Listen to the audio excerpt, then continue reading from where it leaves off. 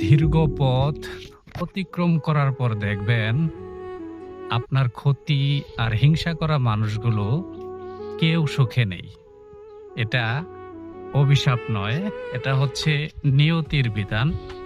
হ্যাঁ বন্ধুরা, অবশ্যই খেয়াল করলে দেখবেন আপনি যখন অসুবিধায় থাকেন অথবা আপনার কেউ যদি ক্ষতি করতে চায়, আপনি সেই কঠিন পথটা পাড়ি দেওয়ার পর একটা সময় দেখবেন যারা আপনার ক্ষতি করতে চেয়েছিল অথবা আপনার অমঙ্গল চায়, দেখবেন যে আসলেই প্রকৃতপক্ষে আপনার সেই কঠিন পথটা পাড়ি দেওয়ার পর আপনি সুখে আছেন, অথচ যারা ক্ষতি করতে চেয়েছিল তারা কেউ সুখে নেই।